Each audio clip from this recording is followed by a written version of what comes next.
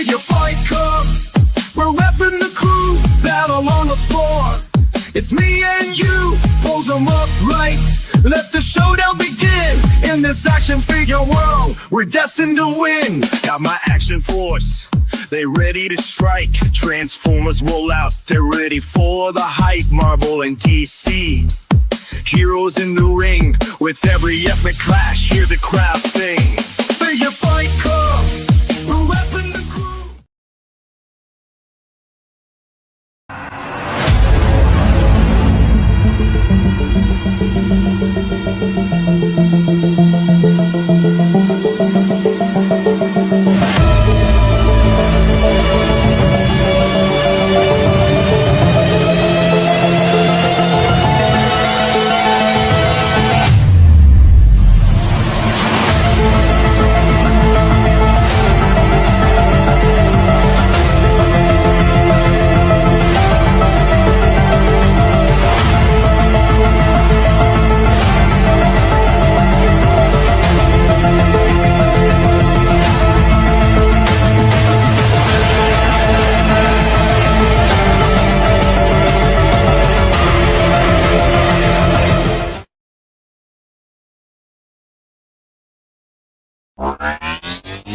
Flash in the night, join the figure fight club where legends ignite. Decepticast, the battle's on. Action figures, heroes drawn. Transform and roll out, let's take a stand. In the ring of toys, we'll make our stand. From Megatron to Starscream, they're ready to fight. With every twist and turn, they light up the night. Collectors gather round, it's a sight to behold. With stories of valor and legends retold. Decepticast, the battle's on. Action figures, heroes jam. Transform and roll out, let's take a stand. In the ring of toys, they'll make our stand. So grab your figures, let's make some noise in the arena of action. We're all just toys with every epic showdown. We'll cheer and we'll shout in the Decepticast, there's no room for doubt. Decepticast, the battle's on. Action figures, heroes drawn. Transforming all out, let's take a stand. What's happening, everybody? Welcome to this Monday evening, 10:15 p.m. Eastern, episode number 15 of Decepticast. I'd like to welcome everybody that's in the chat tonight. Thank you for joining us. Also, I'd like to welcome my co-host. Everybody, give a warm round of applause to Anna. Good evening. Hello, Anna. How you doing? I'm doing fantastic. This is a great evening. Yep. Being optimistic. What's that? Optimistic? Oh, is that a pun? I mean, it could be. Sure. I mean, if it was Transformers Day and you were optimistic on Transformers Day, but that was last week. Transformers Day was fun though. Like, it was so goofy. We got some few people in the chat. Zakanen hopped in. Headcanon, Zaldron. Who else we got in here? Stu for lunch. Welcome. I saw Initial someone said they Goose. were a week into collecting. So Yeah, that was Hello, that Goose. was Toyamic. Well, That's that's an a big deal, adventure right In there. relation to collecting. I remember when I first really got into this stuff. Like, I've been collecting like pretty much my whole life on and off, but like there was just that one moment where I suddenly started buying third party, and then everything went wrong from there. Right, like bad life decisions were just back to back to back. Yeah, Hasbro Generations was my gateway drug to third-party Transformers. It got me started, but I think I really got into it once I started doing third party. And it was like freaking iGear too, right? Like, it was not good third party. It was old third party. Well, the sad thing is there's some not good third-party stuff still to this date. And that reminded me, there was something I wanted to show off, but I don't. Well, I'll have to pull it up next week. It kind of pertains to some of the slides that we have here, but it's that that X brand. The one that starts with X. Yeah. Wait, no, it has an X in the middle. No, it Oh starts no, with X. you're talking about the other X brand. See, I was thinking SXX, Mm. SXS, which has only made a few figures, but they're all a mess. No, this one's a company that's been around a while. Yeah, there's a dash after the X. I think I know what Yep. you're talking about. Yeah. Let's see. Also, I just saw that HGC hopped in. Welcome. And Lou, one of our newer moderators. Hello, hi HCC, hi Stu, hi everyone who said hi to me. Jedi Ben, thank. So, Anna, did you get any pickups this week? I didn't get a pickup, but there is something I want to show off. I customized my show off tonight to be specific to one part of our conversation that I really want to focus on. So I kind of covered my desk in a certain genre of vein. However, I can share a little thing. So I did a little building before coming on. Oh, look at you with the new release. So thanks to Collecticon, our good friend. That name sounds familiar. Right, because it's rubber. It's rubber? Nothing in Blockies is rubbery, but this Right. is rubbery. The only thing is rubbery from Blockies is the little squeeze arms for the stands for the action series stuff. Yeah, right. This is like a little rubbery Black Optimus. It's very strange. It's very strange. This is a very different figure. I was really wanting to test out the new articulation on these guys. Not so much because, this one is different than all the other ones. Like, he literally has an extra piece on his legs to make his legs longer. And the place where you would traditionally put the arm joint is literally just trapped in there. There's just a Blockies chest inside of him. And the actual arm joints are just on the side of this big chest. So was there a slight learning curve with the additional parts, or not so much? Yeah, really? I would say so, because it was just like that moment of, wait a second, this is a bigger figure built off of a Blockies torso, because it's like, it's not from the set, so, but there's light up action Bumblebee beside him, and he's a lot bigger. He's not bigger enough to be a city bot, but I did get to very quickly experience the double jointed knees and go, look at that. Yeah, see, now I can double joint. Added value to your I said added value to your Galaxy Wave. Added value. Yeah, it's pretty cool. Like, there's a lot of details on this guy. I've heard quite a few people complain, it's the mainline version. It's not original G1 Metroplex, but this is better. So, because original G1 Metroplex was so blocky, this is a new design, and I think it sticks. And I really like it. I knew I would like this one a lot just because it's different. So, on that Galaxy Wave, what are the new upgrades in articulation? New upgrades in articulation include double jointed knees. I believe most people can enjoy double jointed elbows. He's got too much going on. Yeah, too thick for his. But I believe most people can enjoy the double jointed elbows, the double jointed knees, and a little bit of ab crunch. Okay. He doesn't really get to capitalize on much of that because he's so big and different. But one thing is, the hands are the same, right? Like, it kind of reminds me of Magic Square, how they've used the same hands for 10 years. And is that ab crunch a ball? It is on him. I haven't seen it on the others yet. I'm assuming it's a ball. I'm assuming it's just more ball joints. They don't use a ton of ball joints, but yeah, this is neat. I like it. It's weird that it's just in there with the others.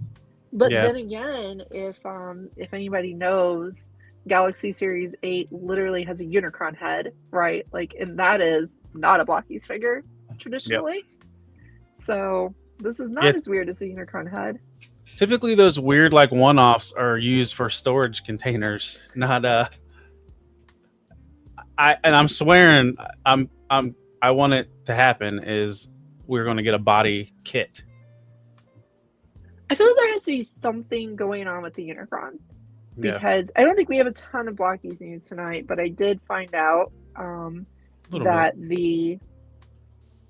in the Defenders Wave 4, the little guys, we're getting our first piece of Bruticus, but we're Yep. also secretly getting our first piece of Volcanicus. We weren't Yeah. aware, but that Grimlock appears to be combinable. I can't remember in that leak list. They had the Dex Defender wave. I can't remember if there was any Dinobots listed. I know there was more. Right? At least one. Yeah, it seems like they do one per wave. I'd assume two, because I don't think they'll spread them out across more than 3 waves. I hope. Because we were recently talking to one of our mutual friends about the Devastator, right? Like, at this late part in the game, do you want to build the Devastator out of the Defenders figures? And honestly, I told him no, right? Because I just think that buying 3 cases of the Defenders to build the Devastator, or spending the upcharge to buy them individually, because people know, right? Like, they're not going to sell those for $3 a piece because you don't have to. Right. So, and I got in early, and I did that for the first 3. I bought them, and then I got the case. So, well, so I guess clarification. Do we want to wait? Do we have Blockies news? I forget. There's a little bit of Blockies news. There's somebody with part of the DJD that got teased. Yes, right. Yep. So I didn't get this recently, but I finished building it last night. And this is the Action Edition Megatron. Who's supposed to light up on his chest. There we go. Yeah. Look at them eyes. Oh, he's so pretty. So he's a chunky boy, but I like him. He's chunky, but like I thought, like before the 86 Megatron came out, I thought he did a good job of hanging out with 86 Optimus. The fact that they gave him multiple painted faces, I thought was nice. They're good. They're good painted faces. I mean, he's got good articulation. Cool special bits. He's got his lightsaber. His blaster that Hot Rod helped kill Optimus Prime with. His Energon mace. Crimzeek. I mean, and then the throne. Anna, you have this. Have you tried to put the Studio Series 86 Megatron on the throne that came with this Megatron? I haven't tried. Does it fit well? I don't know, because my Megatron's at work. Oh. So it's on my desk at work. Oh. It feels like it might fit. I don't know. Anybody in the chat, do they have this Action Edition Blockies Megatron? Have they tried to see if the Studio Series 86 Megatron fits on it? Later, when there is a perhaps video transition somewhere in our presentation, I will stand up and grab my chair and my 86 Megatron. Right. All right. But yeah, so that's pretty much. That's the only thing I got. It's Blockies time, yeah. Yeah, it's Blocky hour. Talk about little Blockies. I think some people in the chat are familiar with Blockies. I don't know. I think we might have enabled a little bit of that. Yeah. And since we're not really going to talk about the different sizes, the Defender class is the little tiny ones. They are kind of chibi in looks. Do you have one on hand? Yeah. The best one. Oh, there you go. Little Shockwave. So that's Defender class. They're very small. They're like soon to be a whale. Yes, soon to be a whale. They're like smaller than core class figures, but they're not quite as small as Micromasters. They're still pretty articulated, but they're super deformed as per Japanese stuff. So they're about the same size as a. There you go. Dr. Wu. Dr. Wu figure. Dr. Wu. They still end up being quite a bit articulated. Yeah. They have some cool stuff going on. They include the Devastator. That is just the vehicles. Then you put it together with the kit to make the Devastator. Then there is the Galaxy class, which is the main stuff. This is a very poor representative of the Galaxy class because they're not all this big or detailed or anything, right? Yeah. Galaxy class is generally significantly smaller and not as detailed. This is a... God, what the heck do they call the light up ones? Remind me. The classic class. No, the smaller light up ones. Oh, Shining. Shining. Okay, so this is a Shining Galaxy Bumblebee, right? So Shining Galaxy Bumblebee is smaller than the Metroplex. This is the normal size of a Galaxy figure, is what the Shining Bumblebee is. Shining just means that if you beat him with your finger, he lights up. But his lights are not really that great. No. On him. He's kind of a bad representation of the light up feature. But the classic class are a little bit better with the light up feature. Not super. Yeah, these guys are getting closer to small deluxes. Like, this is definitely a small deluxe in size, right? For sure. Yeah. This is almost as tall as most of the Bumblebee figures in recent times. So they're just getting bigger and bigger and bigger as time goes on. This is Zakanin throwing shade out there to the lovable. Yeah, Zakanin just always likes to do that, and I always have at least 5 Bumblebees in hand's reach at any given time. Because I don't know if you're aware of this, but I am a Bumblebee collector, so therefore my heart breaks every time you're meeting a Bumblebee. It doesn't. I don't care. We all gotta hate somebody. You hate world's smallest Bumblebee. Yeah, is that the one that came in like the little card thing too, or is that the one that was you had to paint? Oh, this one did not. This is not an assembly figure. This was the actual world's smallest transforming Transformers Bumblebee from roughly 100 years ago. I got mine loose though. Anyway, so those are the blocky sizes that most people collect. There are also the classic class, which are basically built on the skeleton of these Galaxy class guys. Originally. Yes. They're bigger and fancier, and they keep getting bigger and fancier. More complicated, I would say. They're getting more complicated. I would say, as far as price goes, these guys are usually, well, actually the Shining are like 15-ish, where the regular Galaxy are usually a little less than 10. Then the Defenders are like 3 to 5. And then the classic class is closer to a traditional HG Bandai Gundam kit. You're getting to that $20 to $25 range.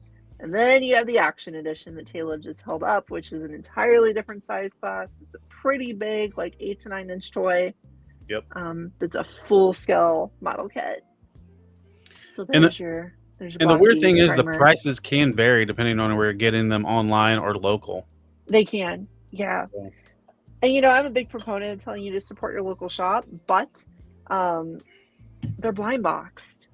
Everything until you get to classic class, everything is blind boxed. So unfortunately, the way the Defender sets are, the Defender sets usually have at least one real bummer of a figure in them.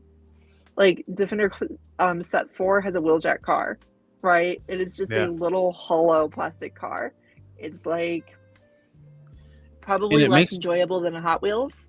It kind of makes me wonder because Blocky's announced doing cars. Are they just gonna like repaint the ones that they are using for Transformers?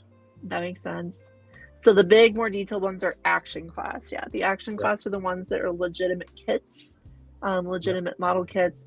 I would say that they are probably the best Transformers model kits on the market right now. I've never put together a Trumpeter kit. They did the ones from Beast Town, USA. Because I can't remember the actual name. Rise of the Beast. There we go. Rise of the Beast, yeah. So they did the ones. That was my pet name for the movie. Was Beast Town, USA. So Trumpeter did some kits. I don't know the quality on those, but I will tell you that Flames Toys kits are not that much fun, where Blocky's kits are quite a bit of fun.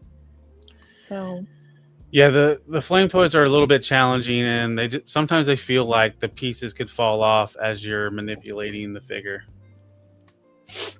And I would say that, Bandai is kind of like the standard of snap together model kits.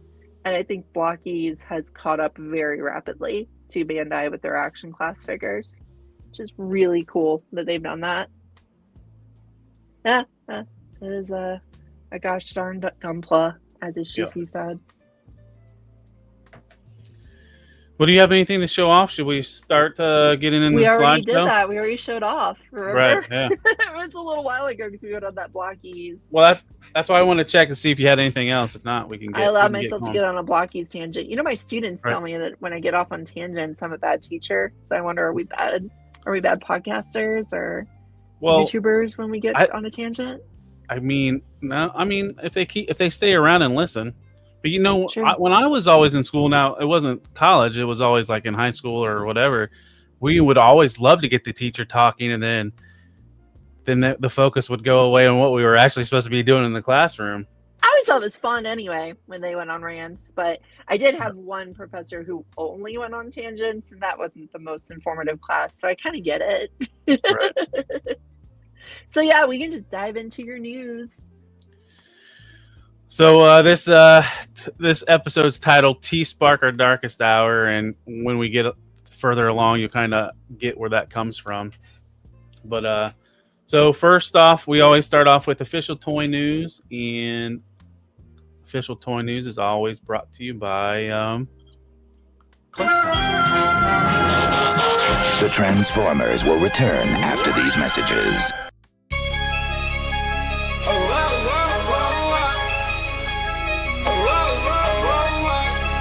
Yeah. Yo, not right, man. We now return to the Transformers.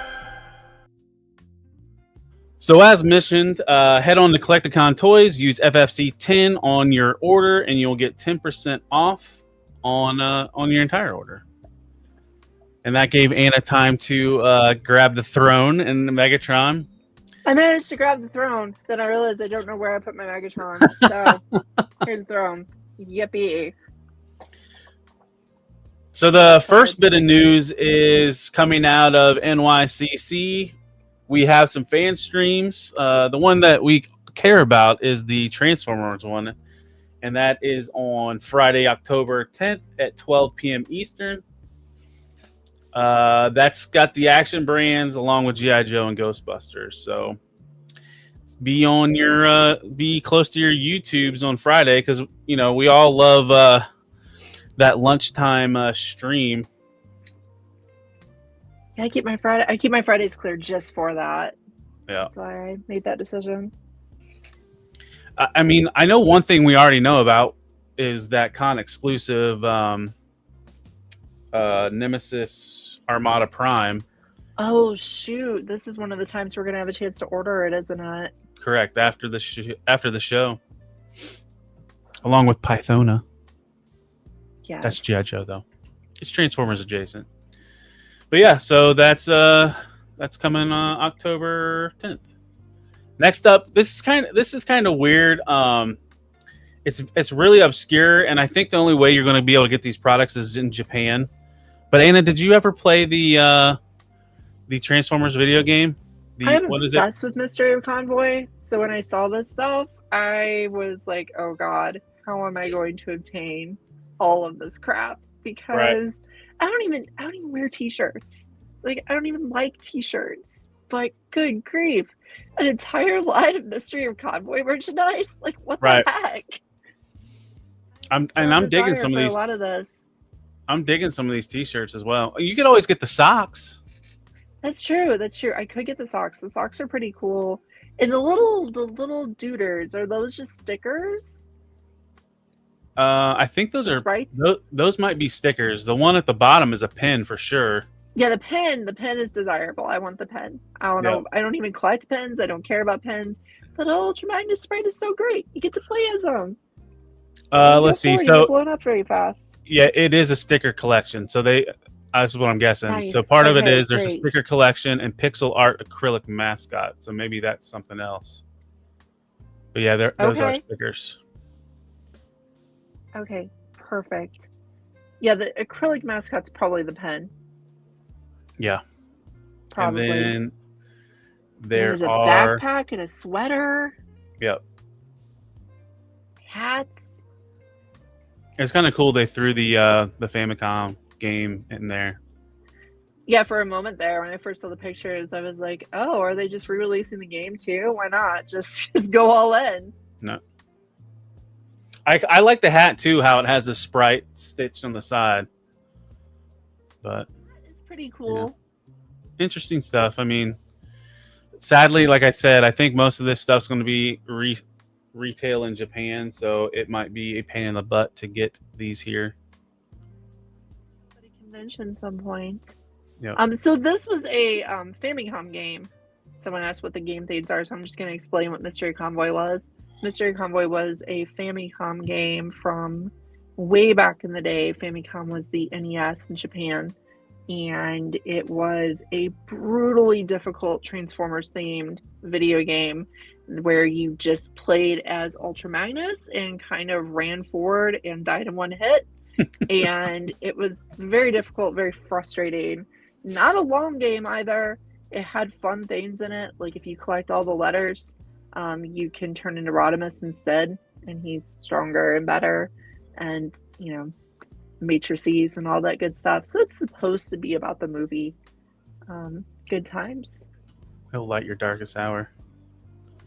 We'll light your darkest hour. It's a fun next game up- if you like pain. Oh.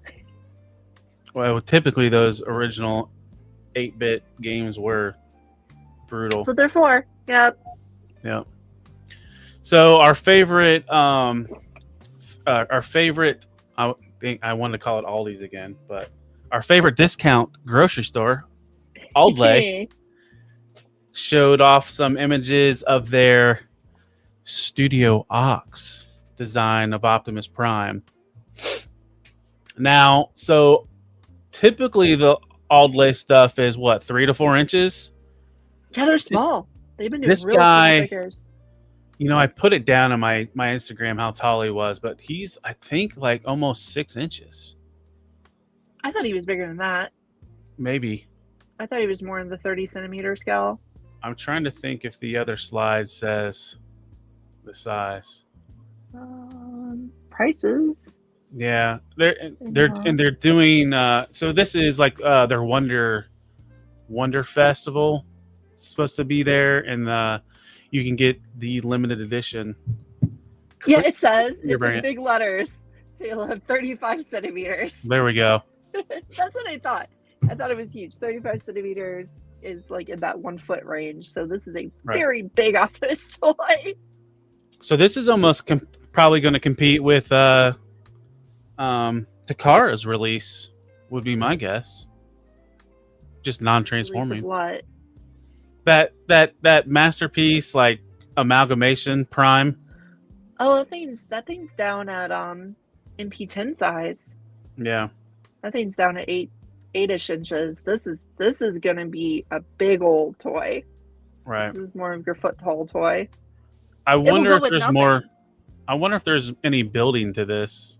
I mean, none of the other are right. Those were all They're just action intact. figures. yeah. But yeah, so moving on to the Hasbro side of things.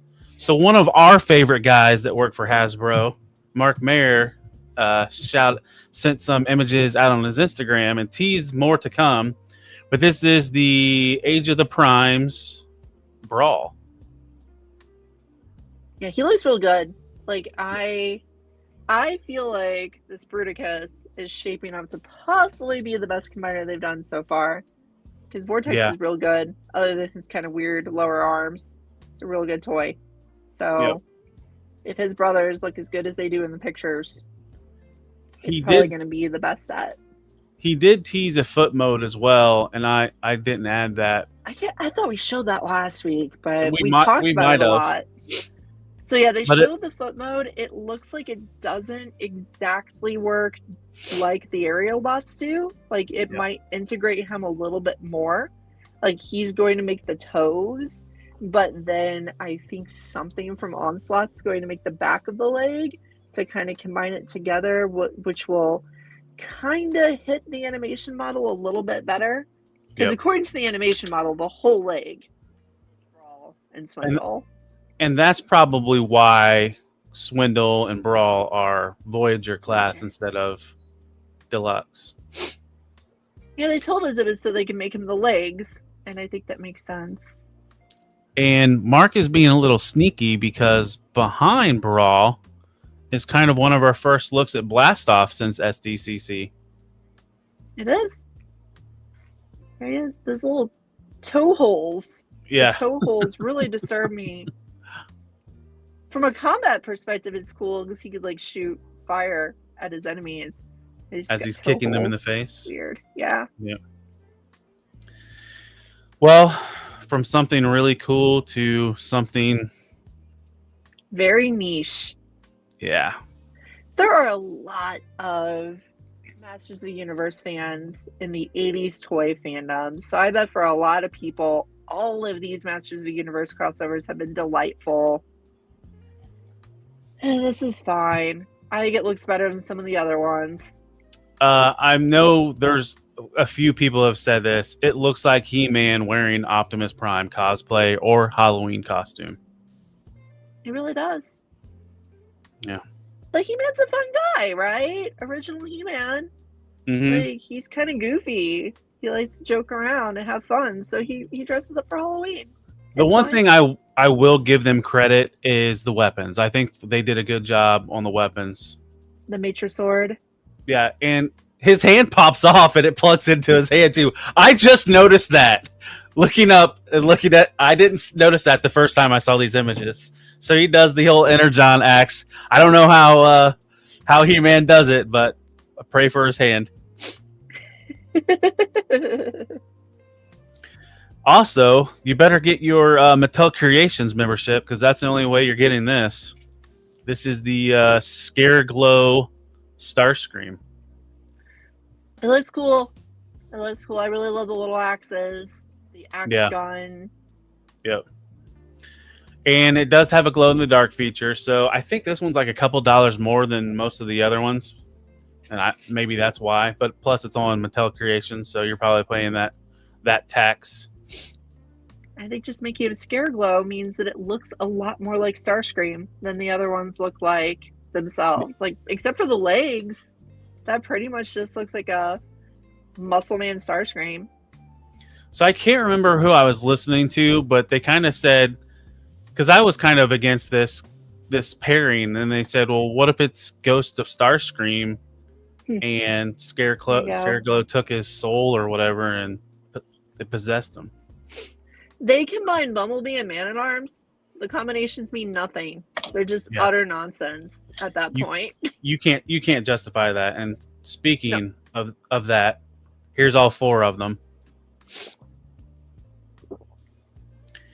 I would say the Bumblebee is probably the lamest of the three. Skeletor and Starscream are probably neck and neck between which one I like the best. I think the He-Man is charming somehow. Like, I don't know why. I just find that charming. I think it's mostly because He-Man was so silly in the show. Yeah. I will have to say I am not in on this, but I am curious how far they go. They've been doing the Masters of the Universe crossover stuff for so long. Now they've crossed over with everything from Ninja Turtles to wrestlers. So, I mean, who even knows? Street Fighters and wrestlers now? Have you seen those? Oh, yeah. I saw those. I'm waiting for Zaldron to say in the chat his idea for a name of a female character that should come to the line, but I don't think I've seen him chime in yet. I still don't believe they'll make it, but I do love the pun. Right. So next up is probably stuff none of us are going to get. This is Way Studios. They make high-end statues, and this is some of their WonderCon teases. It looks like they're going all in on some Optimus Prime statues. All right. I have no idea what the prices are on these, but I just read high end, and I kept going. I'm like, I won't afford nor want these. Yeah, those are fine. Next up, so there is some blocky Transformer reveals. I'm kind of excited for all of these just because the classic class has been improving since the beginning, and we're gonna get Dark of the Moon Megatron. That's the one I kind of want to see of these two, just to see if he comes with soft goods, because we know Blockies is putting soft goods with their Superman, so I could imagine they could do this with Megatron as well. I want to just take a second to acknowledge that our chat seems to really hate those Masters of the Universe figures.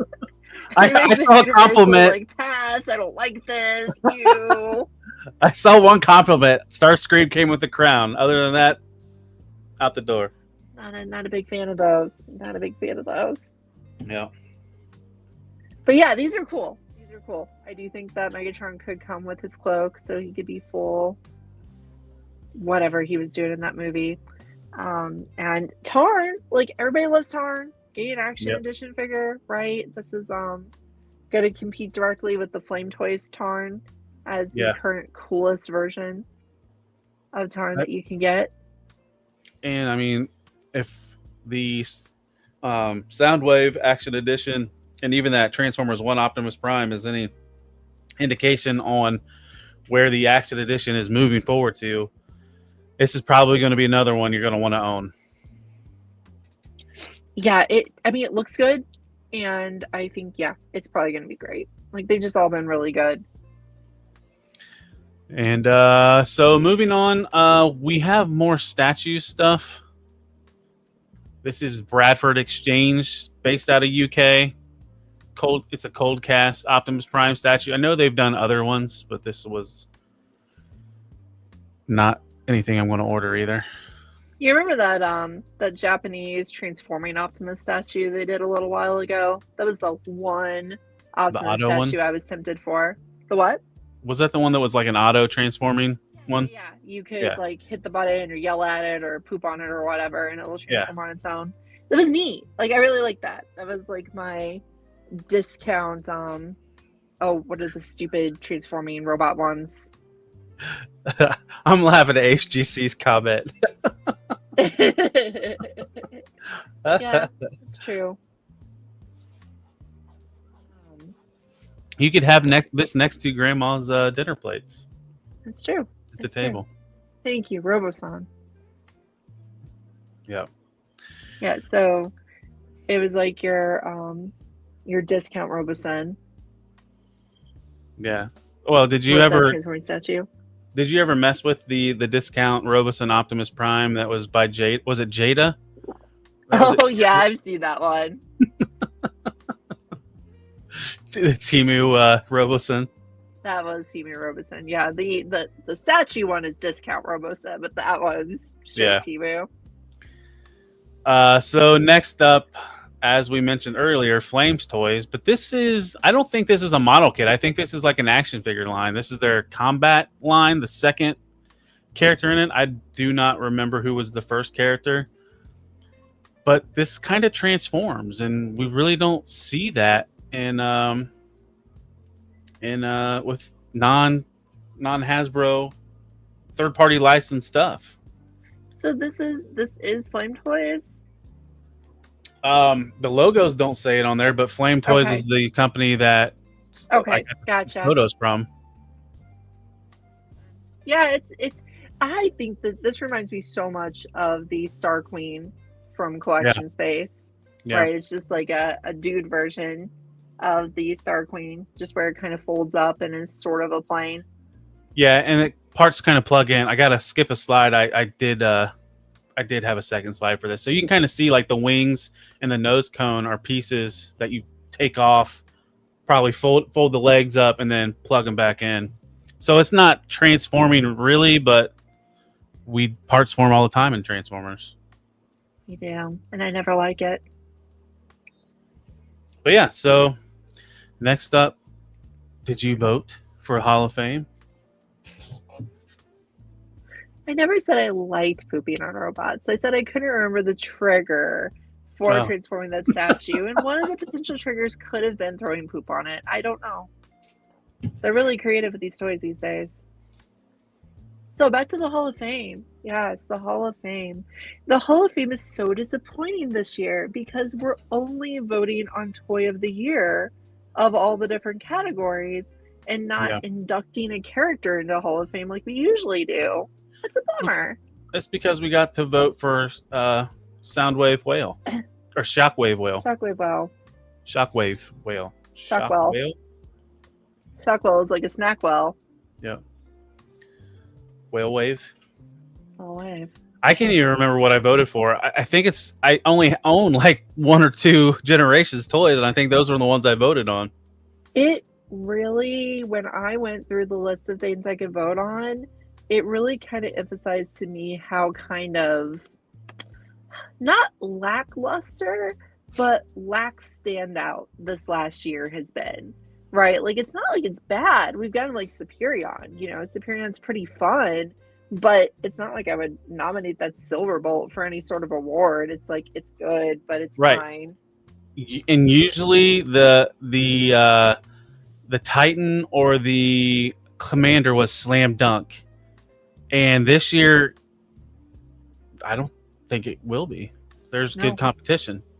I don't know if that's good competition when you're paying $150 to $100 on higher tier toys and they're not the best of the year.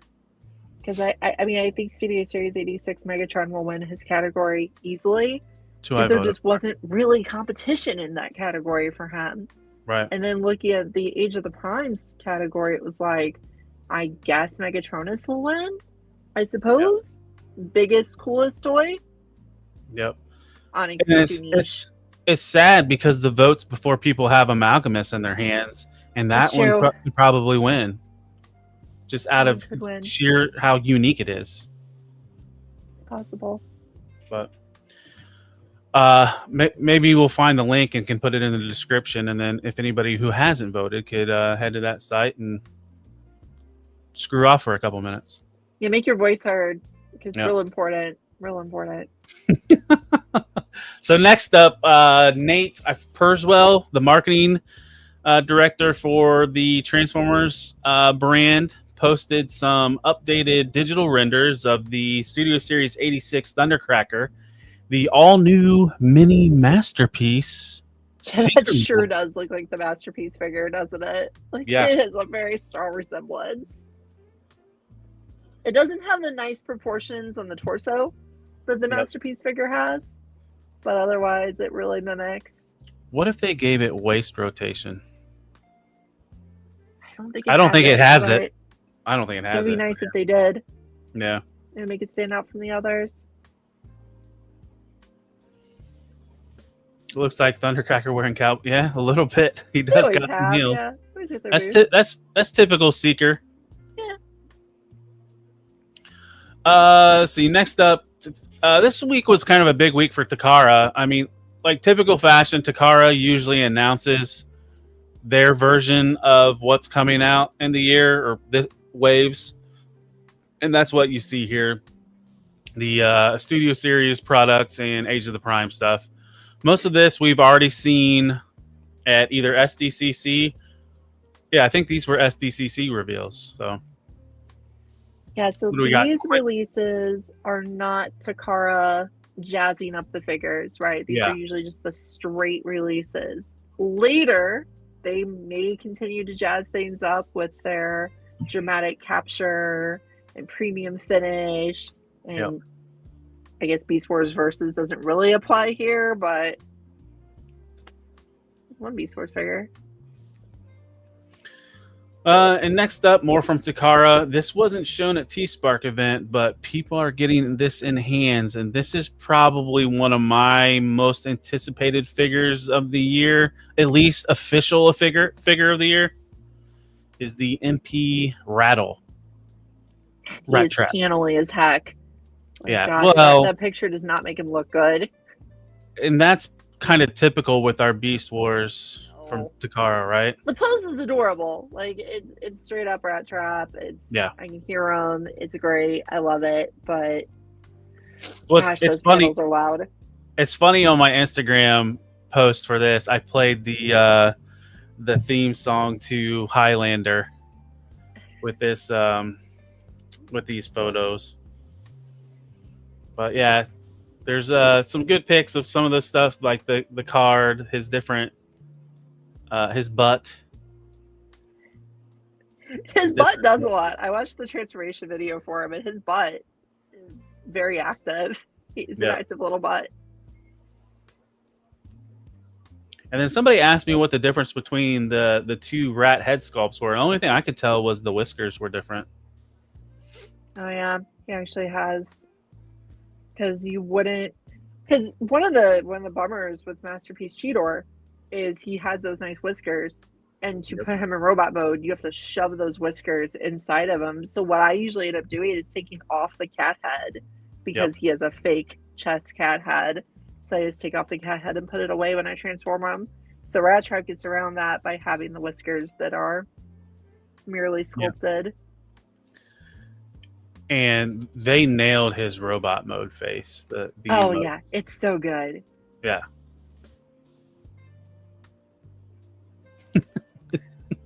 I don't know, Saltrod. It's just that came to my mind, like, because we're all gonna die, but the Highlander lives forever. Well, until you remove his head. And in this picture, his head was removed. And he's holding one of his faces. Yeah. In one picture. That's pretty cute. I really like rats, just so the world knows. So Rat Trap is basically.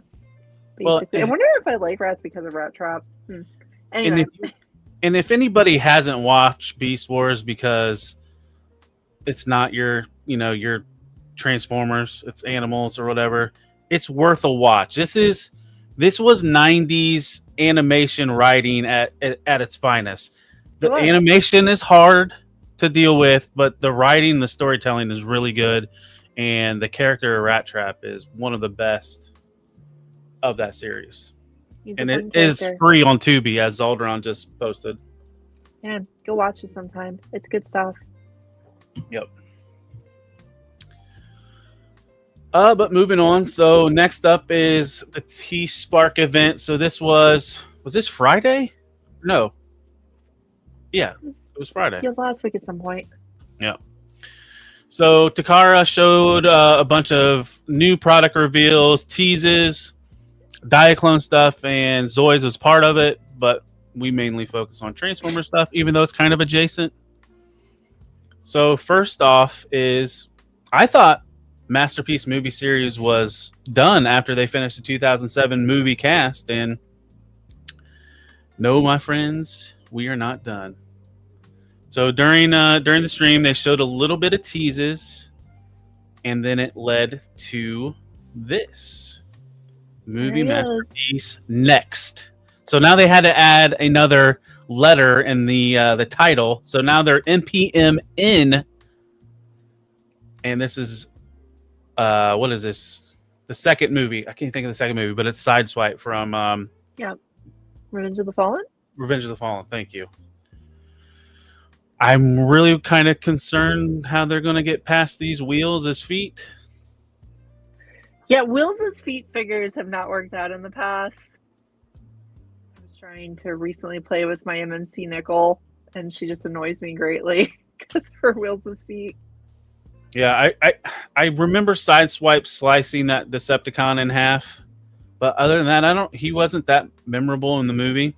Other than his keeps showing up in the other movies and not doing anything in those two. Like Sideswipe was like the most underutilized, but not just killed off character in the movies. Because a lot of the characters they just kill off. It's like, and he died off screen, whatever. But Sideswipe stuck around. He just didn't do anything. Yep. He was a cool design. He had his swords. He had his little feet. He was neat. You can put those break pieces on him because MMC did that with their Chrome Dome, and he works well. I mean, I have been collecting the movie Masterpiece line, so maybe most of it's been Target exclusive, so I'll be kind of surprised how it gets released here in the States. Not at all. So next, it would be funny if they didn't release it at all. I'm just kidding. So next up is this new line. It's called Transformers Overgear, and as all they kind of gave us was silhouettes of two characters. My theory is it's going to be kind of like what Hasbro did with the Hearts of Steel stuff, where it's probably going to be top tier characters redesigned as other alt modes. So my guess is we have a helicopter Megatron and possibly an Optimus Prime. It looks like there's some wheel wells on his legs. Maybe he's a truck. Optimus never been a truck before, has he? I agree with HGC. This is Mega Shoulder and Shoulder Miss Prime. They're just shoulders. That's all I see there. Well, I was going to say the shoulders on the bot on the right reminds me of the Bayverse Ironhide, where he just had the hood on the shoulders. I mean, it looks like the rear view mirrors. Okay. See, all I can see is Transmetal Megatron.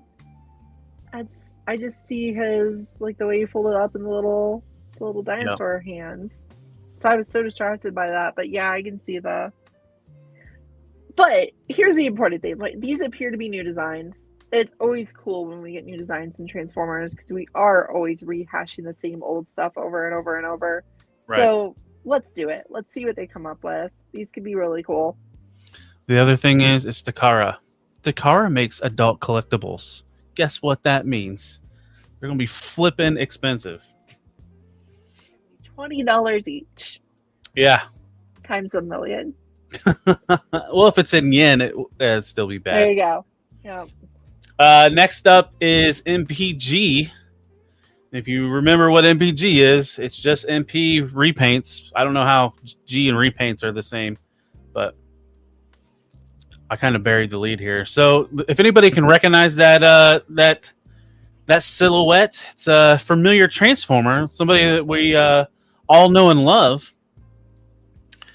Soundwave. We really thought there for like a minute that we were going to get a new Masterpiece Soundwave. They were going to make a new version of the figure, but no, they reached back almost 15 years for that Masterpiece Soundwave mold. Yeah. It's Pikachu. Yeah, 15 years, and when it was like 5 or 6 years ago when they started doing Plus and the Masterpiece line to make Toon accurate, and now they're finally getting to this old Soundwave mold and giving it a toy deco. This mold has been abused, beaten, redone, KO'd. There are so many versions of this mold, and now we're finally getting a Toon accurate one. That's probably going to be almost $200, and you could find one for half that if you wanted to. You can. Like, but the differences are stark if you care about those types of things, right? Like his Laserbeak, right? Like that looks quite a bit different in the coloration. So if you really care about your coloration on your figures, it's gonna matter. I will say that like this, I don't have my blue one is literally packed up to sell because like many people, I upgraded to the fans toys, right? Like I'm gonna make the argument for the rest of this segment that I think the ship has sold. I think that the cassette wars are basically over, and Takara would have to really innovate in order to get people to really get that excited again. I saw the reaction online was very much a lot of people saying like, I'm going to get it, but I don't want to get it, right? So, here's our Fans Toys one. It's good. The look is great, right? The look for it is really good. I had that one as well. Only thing different with mine, I got the Iacon 3D Labs chest insert that looks more animation accurate. And that's something all Soundwaves need, right? They need a flat chest. Right. Because it shouldn't actually be clear. If you want the quintessential Soundwave, that one right there is the one to buy. It does look the most like a cartoon model that you can possibly get out of all of them. Mine, I don't sticker my third-party figures typically, so I didn't put Decepticon symbols on them. Yep. Even if even the alt mode looks like the tape cassette player from the animation. It does. Yeah, it's real cool. You might be driving Zakana nuts when he sees that. He is the guy that needs clear everything, and there's a clear Soundwave. Our year of the whatever animal. What animal was he the year of? I said horse the other day, but I don't think it was horse. I think Year of the Optimus Prime was the Soundwave. horse. No, yeah, Optimus was the horse. This is Year of the Soundwave. Soundwave. My favorite Zodiac animal. Yeah, and this is, this is the old mold. And this is them together. And, the old mold is still good. Like, there's nothing wrong with the MP, I believe, 13 mold. No, the monkey was primal. They did primal for the monkey year. Oh, yeah, that big, beefy primal. Yeah, the big air attack primal. Yeah, I don't remember what year he was. Anyway, it doesn't matter because... Yeah, and as much as I'm complaining, that's a solid mold. It's worth to have, but not what Takara is going to charge with this new repaint. That's the thing. Like, when this thing was getting, sold in clearance like crazy, you could get the whole set with all the cassettes for $100 or less. Was that the Towards R Us one where it had Ratbat, Ravage, Frenzy, Rumble, and Laserbeak? Yeah, the blue version had all of them, and I believe he came with all of them as well. He came with the set. He came with definitely Rumble, Frenzy, and the birds. I can't remember if he actually came with a Ratbat. Yeah. Anyway, though, this is a really good mold, but it's so old. And I just don't know if people are going to care as much since the Fans Toys is out and the Fans Toys has been KO'd in an affordable format that's pretty easy to find. Yep. And comes with updated cassettes instead of these old cassettes that, that was the same old Laserbeak they're using. Yep. Which is a solid mold in its own right, but still super old. Yeah. And they're going to get us for this year's pricing. Yeah. I think the Fans Toys Laserbeak is a nice update to this old one. This wasn't the only thing that they teased for Masterpiece. And I plan to keep going with my arguments too with this one. Because, look at this. They showed a silhouette of Blaster. Don't get excited. We don't have pictures of the MPG Blaster because there hasn't been any pictures of it. Right.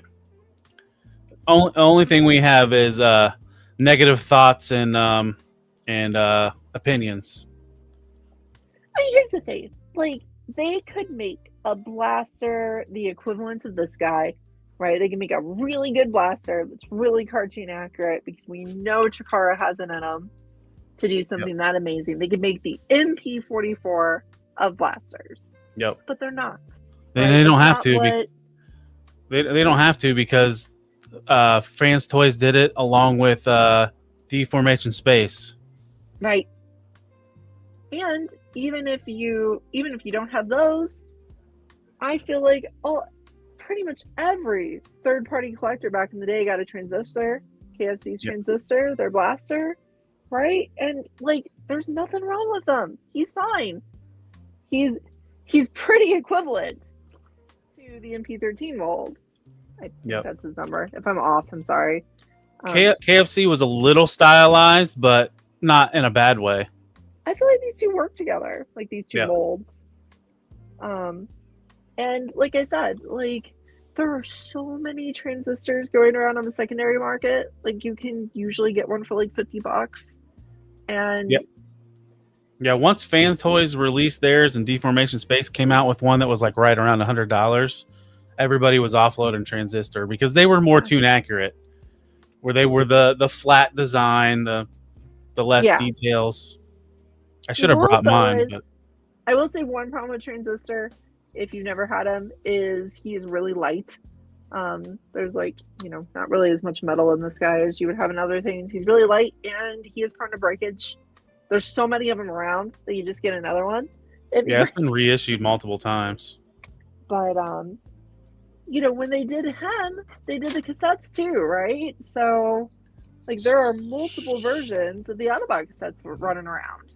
So you mean these two that were teased along with another Blaster? Oh, Twin Cast. Twin Cast. 2 casts, not one. We're just one. We're just a Decepticast. We're not a Decepticon cast. That'd be too much of a mouthful. I had to transform him real fast. So this is something Takara has not done. They have not done these molds of these cassettes, or they haven't done a Blaster or Twin Cast But Twincast is very similar in design to Soundwave, and I have a feeling it's going to be just a slight retool and same blueprint and transformation as Soundwave. And that will make him worse than pretty much every third-party version of Blaster, because they were all designed to be Blaster. Even Transistor, KFC's Transistor. Now this is one of KFC's cassettes, right? This is their reject mold. And it's fine, right? Like, it goes pretty well with the Rumble and Frenzy, the MP Rumble and Frenzy. I think the Fans Toys makes the MP Rumble and Frenzy look a little weird. So these KFC ones actually go together a little better with the old Rumble and Frenzy. But I mean, you know, they exist. They're out there. And I just don't think Takara, with the way they're doing MPG, is going to make something that is going to blow this out of the water as much as they should. Right. Like, this is not great. This is okay. They could blow it out of the water. I just don't think they're going to. Yeah, there's not been any indications where MPG is going to be like a level of MP engineering that we've been getting accustomed to by third-party companies. Yeah. I don't see it in MP44. They've been sticking to repaints, other than the Beast Wars stuff. The rest have been just repaints of old molds. The trains were the first MPG, right? Yeah. So they were new molds. Yeah, they were kind of simplistic though. Everybody kind of was like, "Oh, this is almost Generations Plus." Technically came out in both. Yeah. He was both MP60 and MPG whatever. Yep. Oh yeah, I kind of forgot about that, but yeah. So Twincast is just the reincarnated Blaster. So yeah, this is the one I'm curious, because I do not have a Twincast yet, and maybe. Yeah, no, you get a mold variety. That's always fun. Yep. We just talked last week the need of a steel jaw. Like, I've heard that Fans Toy steel jaw is decent. If they literally use this darn mold, they use the Night Stalker mold, this is not good at all. It's kind of terrible. Well, and that's the thing. So, like in the silhouettes, we don't see that. We see Ram Horn and Eject /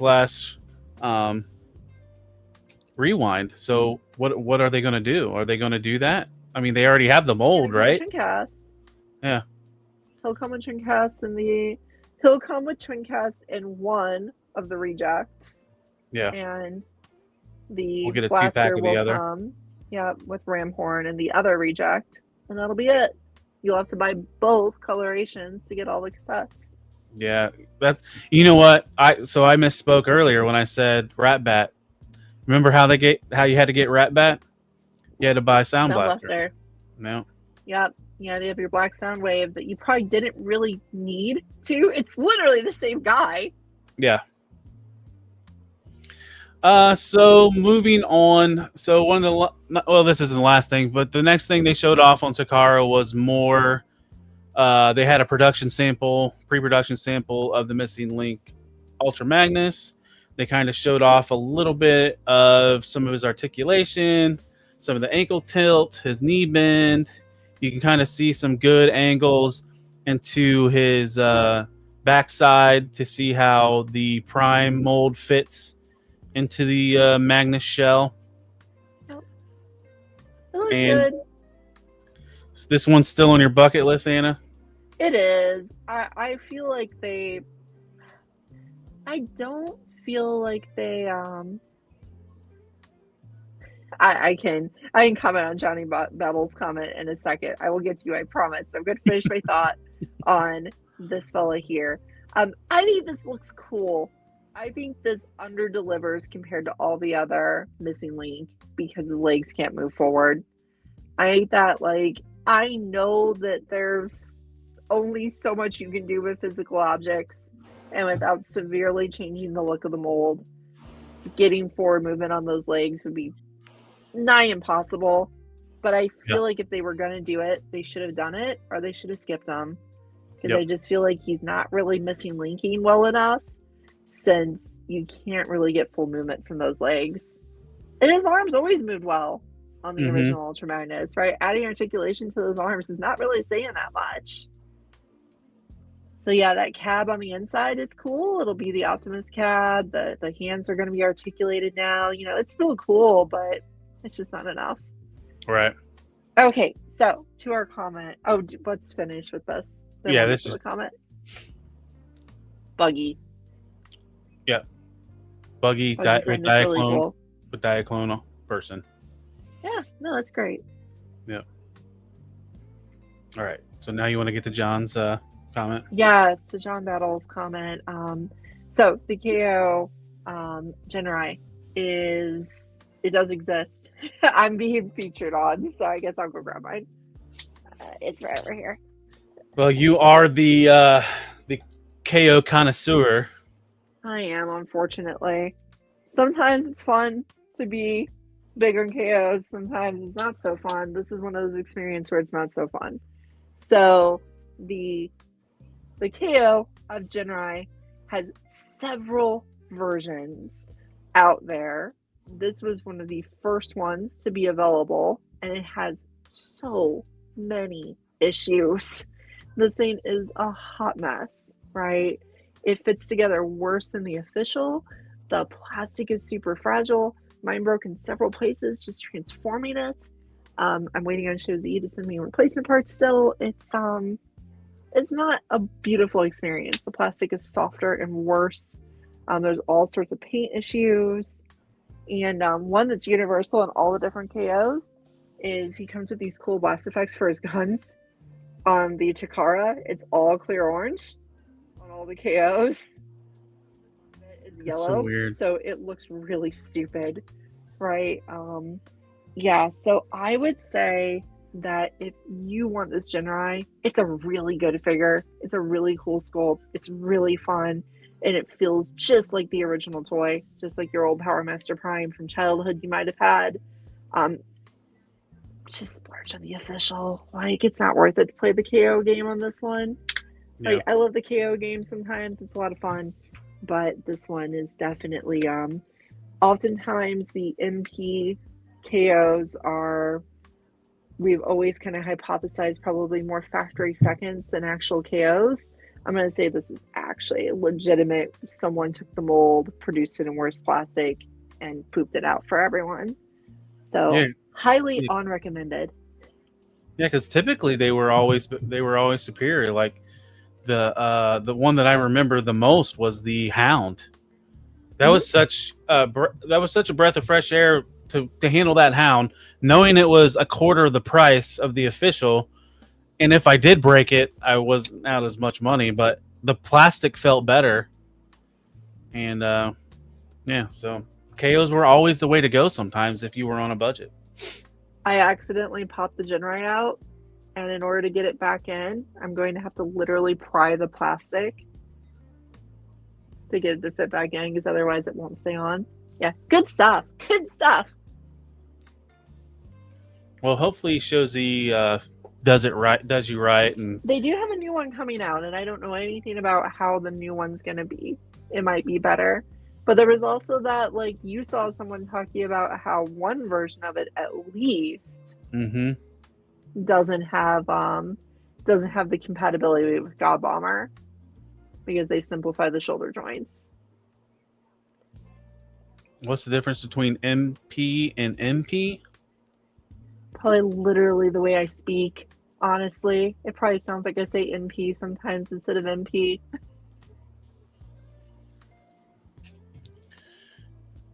And HGC has it correct. God on. God on. God on. But God off forever, because I'll have to pry it back on in order to get the God back on.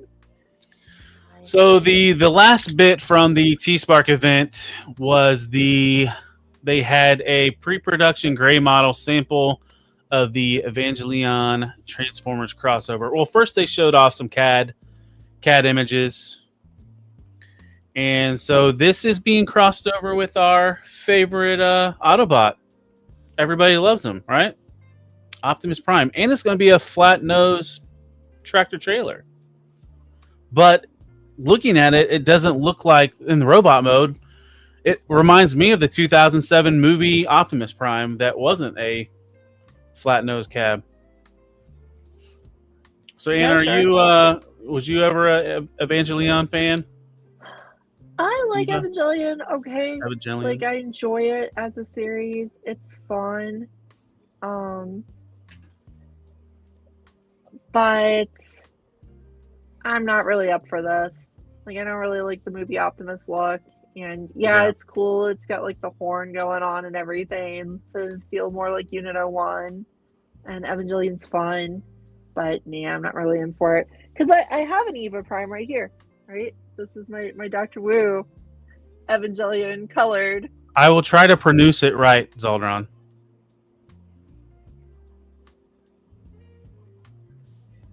Pow! I'm an Evangelion. And the trailer they made for it actually has on there. So it's all good. It's a good time. But he does the mouth thing, and that's it. So that was the other thing I noticed last night, like It's fun. how his face swivels around. That the NPM mold of Optimus Prime did that exact same thing. Really enjoyable that he does the mouth thing. I like Yeah. that. So they gave him a head sculpt that makes him Eva compliant. Yep. That's really fun. Decent looking weapons as well. But that is that's all for official toy news. It was a pretty big week for official stuff. Anything that you have to have a must buy, Anna, or anybody in the chat as well that we've seen as a must buy?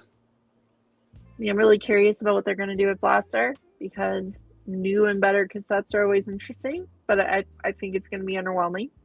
Right. Yeah, Tarn, probably going to get Tarn, right? Yeah, Tarn probably is the thing that I would want the most, and then Twin Cast right after that. But Tarn will be an easier price to pay than a Twin Cast. So next up, there was a little bit of entertainment news. A few weeks ago, one of the actors said they wanted to come back to Transformers, and then last week, so did another one of the actors. So it was like a red carpet event. Somebody was interviewing Tyrese, and they asked him if he'd like to come back to Transformers and reprise his character as Sergeant Epps, and he's like, "Yeah, bring me back." I have a feeling a lot of these guys aren't getting a lot of work, and they know Bay makes popular movies, and they're like, "Bring me back." I would really be interested to see if they bring Shia back. That would be nice to actually have continuity between the movies, but Yeah. I don't know. I don't know what I think about even getting more Michael Bay movies at this point because it's been so long. Yep. And we were kind of doing something with the prequel stuff, so Well, I'm if you look at the chat right now, I think there's some no Shia, please. Oh, that's hilarious. I love it. Next up is more NYCC stuff, but this is Energon Universe stuff. So there will be at Midtime Comics, there will be some signings on Friday the 10th. And then on Saturday 11th, there will be a panel and I think Kirkman's going to be there. Joshua Williamson, Tom Riley, Jorge Corona, Connor Hughes, and more. So they'll be talking about the Skybound Energon, Transformers, and G.I. Joe stuff. So we should have some more news on the Energon comics that I'm behind, and I need to start reading some more. That's something we've talked about. We're going to have to get caught up. Times. Yeah, and do Energon. And like I said, maybe we just need to do chunks of it and then do like almost like a mini book club review on the show. And if you guys want to join us, join the discussion. We can do that. Maybe when we get closer to the holidays. Yeah. I mean, that doesn't mean much for you as far as work. For me, I get a break, so. Right. Well, so typically I say vacation at the end of the year when the kids are off school. So maybe I'll get a little bit of a break. Yeah. So one of Anna's favorite part of the show. I'll be back. Guess who's back? People keep asking if I'm back, and I haven't really had an answer. But now, yeah, I'm thinking I'm back. You gotta put your back into it, dumbass. Hello, boys! I'm back!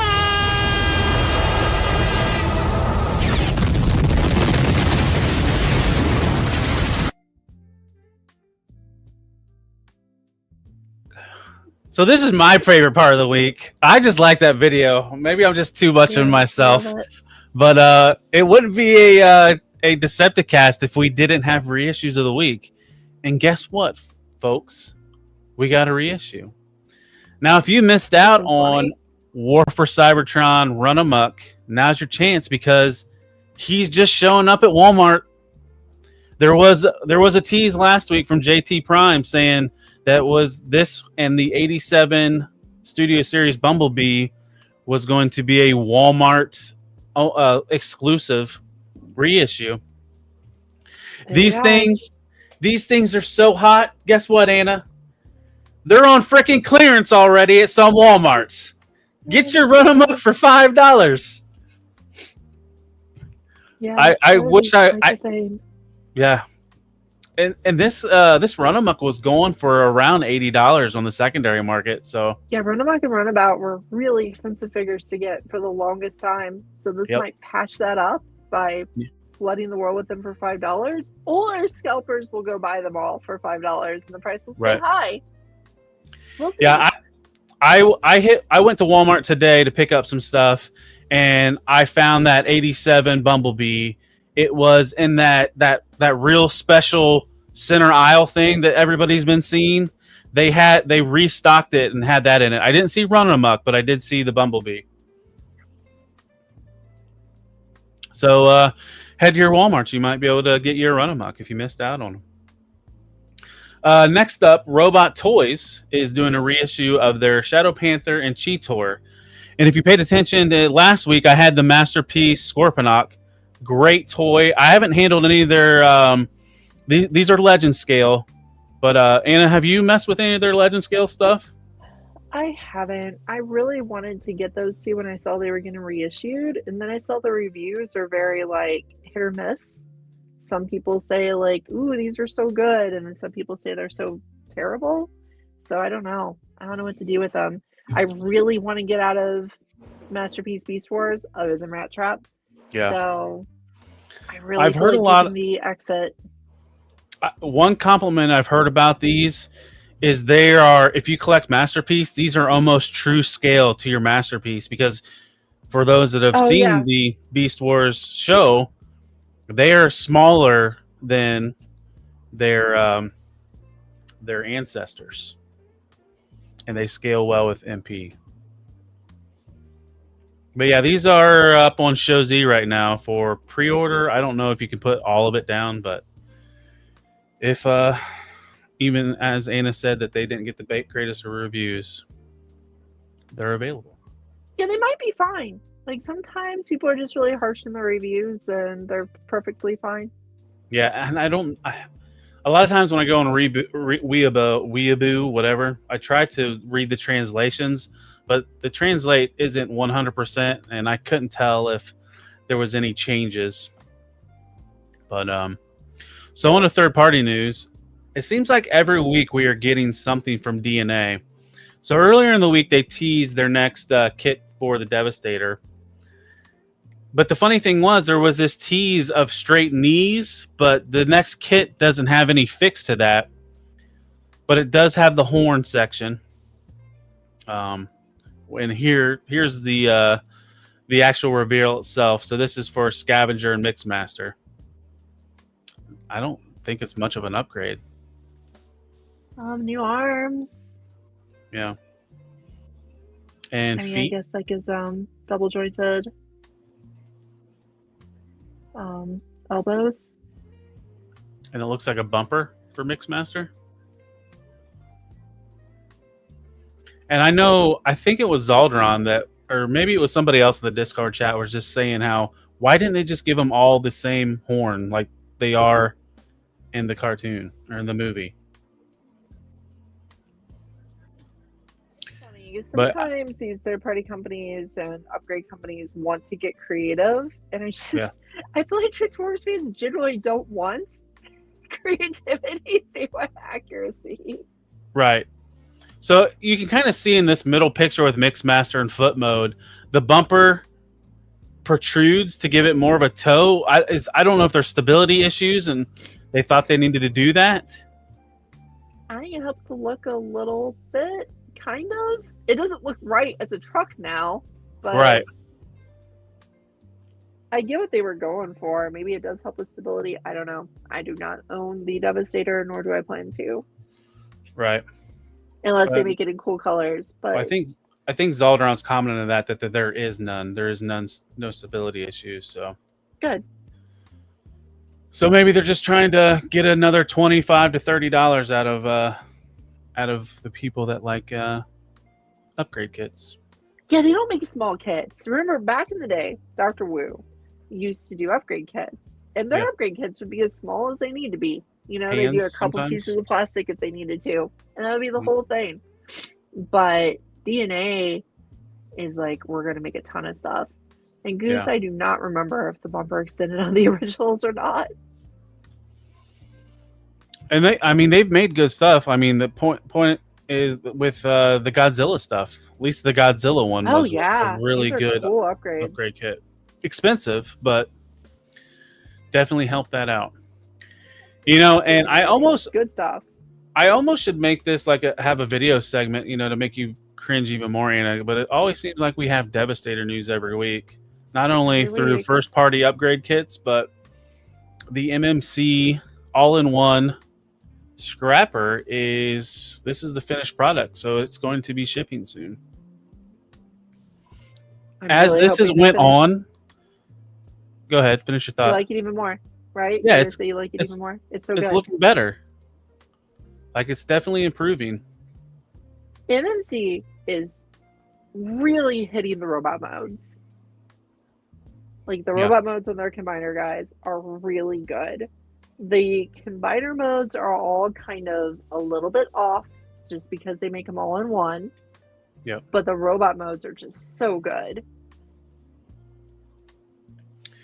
Yeah, and here's the image of the combined mode, and actually the combined mode doesn't look half bad. The way the shelter or whatever the canopy kind of goes back looks a little different, but yeah, and I wouldn't even say, like, I said the combined modes are a little off, but I wouldn't say they're bad. They're just a little bit off. Right. They're a teeny bit compromised just so you can have it all in one, but all in one means a lot to me. Yeah. Well, I think one thing that helps out with like Devastator is a 6-member combiner, and just the Devastator design, it lends well to an all-in-one, where opposed to like a 5-team Scramble City combiner, they have to finagle the torso bot to compensate for the legs sometimes. Because that's the only bad thing about the MMC Defensor is just how big and chunky like Hotspot is, and even Onslaught. Yeah, they're big. But yeah, I mean, I've kind of went all in on Fans Toys, at least for my combined mode. I've only got one from X Transbots for robot mode. I got long haul, but they've been churning those out. So let's see. Next we're shrinking down a little bit.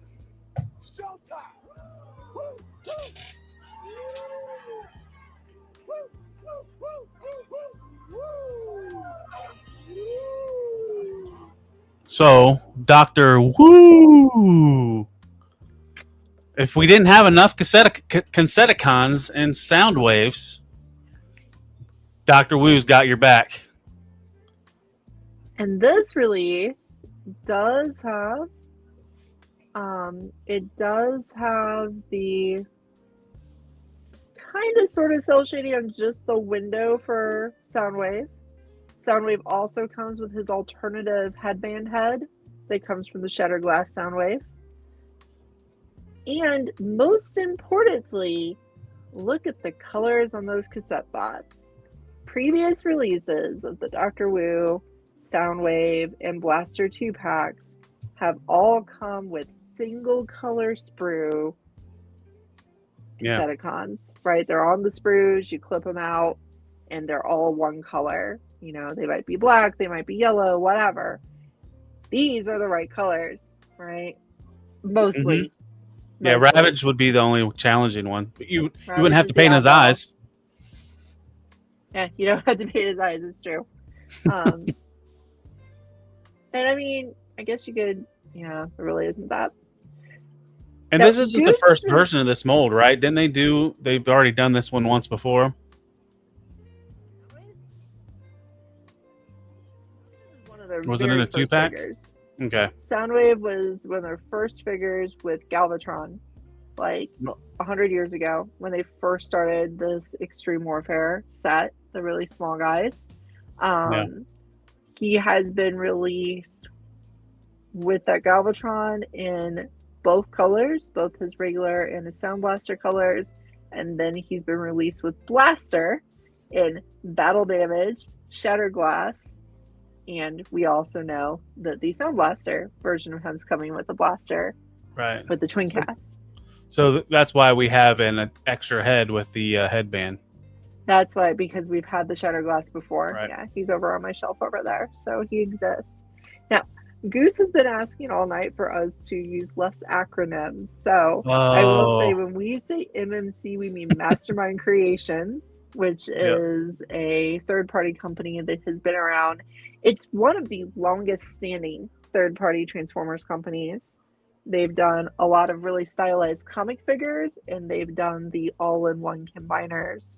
And they've also done the masterpiece size cassette box. So they're pretty well known, but we usually call them MMC instead of Mastermind Creations. And when we say MP, we mean Masterpiece, which is the big, fancy, accurate scale of Transformers made by Takara, starting way back in the day with the first Masterpiece Optimus in the 2000s. Yeah. Maybe I'll try to start putting that in the slides too. Like I've been putting like text in the bottom of them. So if there is any acronyms, yeah. So next up, they're doing a Toon Accurate Blaster as well. And again, the colors of the cassettes are okay, right? There's no purple reject. Is that eject? Is that rewind? Not so much, but Yeah. you get your red Rhino and your yellow kitty, so they're the right colors. And like personally, I really like painting tiny figures. Those cassettes are itty bitty, like they're so small, and they're really fun to paint. So these will help, and these will help you color those faster if you want to paint them. And then it wouldn't be a Dr. Wu or just an Asian product at all if there wasn't a clear variant.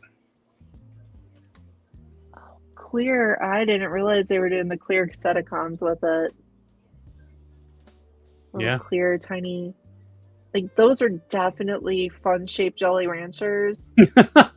if you're like a little bit under any influence. So those are dangerous toys right there. Yep. And we're not done with clear stuff from Dr. Wu. Yeah. Everybody's the favorite ever version famous, of Ultra Magnus. where his body turns into crystallized urine.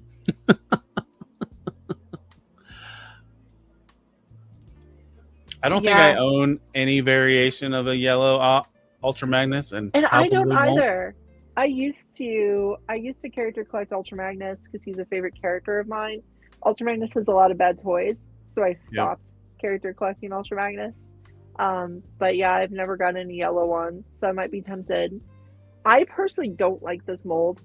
We have a friend who collects tons and tons of this Dr. Wu stuff, and she loves them, and she loves this mold.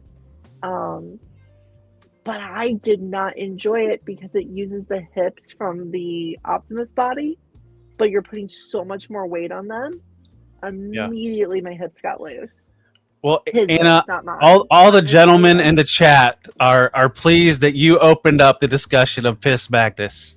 I'm not going to sugarcoat it. I know what he is. That's been his name forever. So Yeah. bizarre. So even though you don't like this mold, do you think you'll get it just because, like you had mentioned, you don't have a version of this? I have a version of it. Yeah. And I might go ahead and grab it. And I kind of want to give the mold a second chance. Because maybe I buy a second one and the legs don't wear out right away. Who knows? Whatever. We'll see. I was trying to click on Show Z really fast to see if it's up, and I don't see it in the new updates yet. Because we were discussing last night, a friend missed out on, what was it, the clear variants of the sound wave and It blaster? was actually the first set. The first 2-pack with the different colored cassettes. Yeah. So I don't see it up yet. So you are safe still. Dr. Wu does a ton of repaints for anyone who wants to get into Dr. Wu, so you definitely have your choice. You can get weird color versions, you can get normal color versions, or you can just buy a ton of them and completely negate the fact that Dr. Wu figures are cheap. Yeah. Well, a lot of times, what, you get 2 packs for $30 or less? It kind of looks like they're floating up towards 40. Okay. They floated because they used to be 20 to 25. Now it's 30, and then a lot of them are coming back around at 40. Yeah. So they're floating up over time. So, on the topic of repaints, a company that is not shy of doing repaints. So last week, you might have, if you were paying attention, New Age is doing they're turning their Dinobots into Volcanicus, and they added a 6th member. Well, they are doing a Shattered Glass version.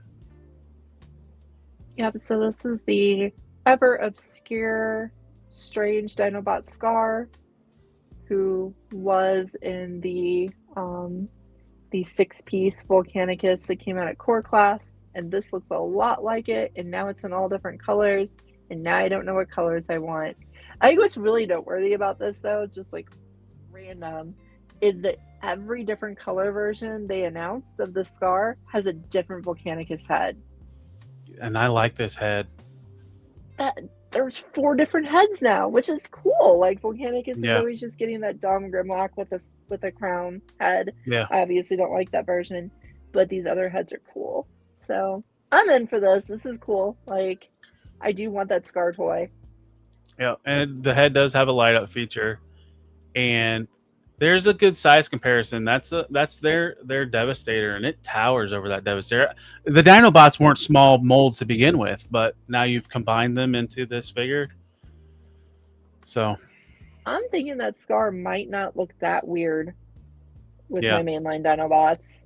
It He might might not. look okay. So I'm gonna get one and find out. Probably normal Dinobot colors, unfortunately, just so it goes with them. Yep. And let's see, moving on, MMC Mastermind Creations. Now, this isn't a reissue, so it didn't make it into the reissues of the week. This is technically a redeco of their blades in more toy accurate colors. The helicopter mode pretty much looks the same. It's the deco on the face and the chest that's a little bit different, and it's more toon accurate. And as someone who had the G1 toy as a kid, I definitely see the toy on this one. When I look at it, I'm like, oh yeah, that is the toy. It looks better with the cartoon colors.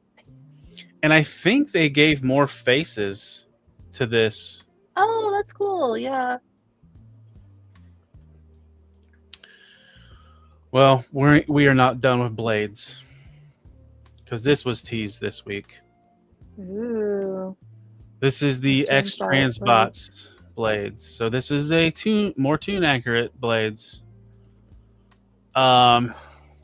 This is what I was talking about earlier. I wish I took a clip of the video where somebody was trying to transform this, and it is a fucking disaster.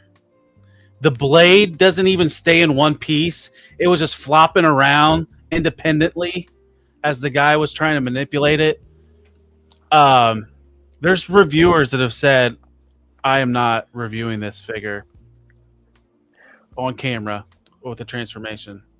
I just like, you put these two together. What is the point in this toy compared to that MMC version? Well, so check out this next slide. At least in combined mode, he's going to have a really clean arm. Really clean arm. Forget that. It looks terrible in bot mode compared to the Mastermind Creations one. The way the propeller just kind of hangs off his rear end. Look at those faces. Those faces are terrible. Those are bad faces. It's like it's a bad face where he's making a bad face. Like the face on the bottom is like after trying to transform himself. Yes. Just utter disgust. I don't know if we've ever had two third-party versions of the same character together on the slides like this to really illustrate how much better one looks than the other. Right. But that also illustrates my preferences too, right? Like as you collect these things long enough, you get heavy preferences, and I have a heavy preference for Mastermind Creations. They're one of my favorite companies. It's like X-Transbots is like the love-hate relationship. It's like I love the look of them. I hate manipulating them. The last two X-Transbots toys were a freaking nightmare. First Aid, trying to transform that behind my ring light on camera, sucked. Misfire, I watched videos of Misfire. It didn't look as bad at the beginning. It's like whenever Mag Motion or these Chinese reviewers do stop motion or just transformation videos, I'm like, okay, that doesn't look too bad. And then I get it in hand, nightmare. Like there's weird tolerances. Like they put like on Misfire, they put diecast where he didn't need flipping diecast. Like these little wing bits that fold up, they made diecast and screwed, and they were so tight. And as soon as you moved them the first time, it moved that screw, and the screw loosened up. I could bitch about it for days, but it looks gorgeous. Like it posed fine. Like the other thing that pissed me off, all Masterpiece have a hand with a hole in it and a gun with a tab in it that goes in the hand and it collapses. What the fuck did they do? They put a sliding rail on it and his hand had a hole in it. So he can't even hold his weapon properly. You just have to pray to God that the tolerance in his fingers holds it tight enough to where it don't fall out of his hand. And the other thing was, it's a Target Master that's primarily die-cast. So it's flipping heavy. All right, that's my rant. No, I appreciate that because I feel like I'm usually the one going on the spirited rant. So hearing your spirited rant, it makes me feel at home. I like it. But they deserve it. XTB has been doing this for their entire long series, right? X-Transbots has been making third-party figures forever, since third-party's been big. And they have been making these really frustrating to transform figures their whole time. Yeah. And you know, I noticed it, but as I've been doing reviews and doing it behind the camera, like it's made it bigger than what it used to be, than me just laying on my couch watching a video and manipulating it. But I'm already 3 of 5 on this team. We haven't heard anything in a long time on Hotspot, and that's kind of scary. When you do your on-screen transformation for this one, can I be a special guest commenter so that I can just narrate what's going on? Just sitting in the side talking shit. I told you, Talon, you should have went with the MMC. Notice how he's not showing part of his left index finger. That's because it's probably bleeding from how much he's been trying to put pressure on that one piece. Right. That would be great. Be like a nature documentary. That's the thing. I do not put pressure on X-Transbot stuff. You have to. Yeah. because you might break it. Connection between KFC and X Transbots, where they're kind of similar. Yeah, And, same.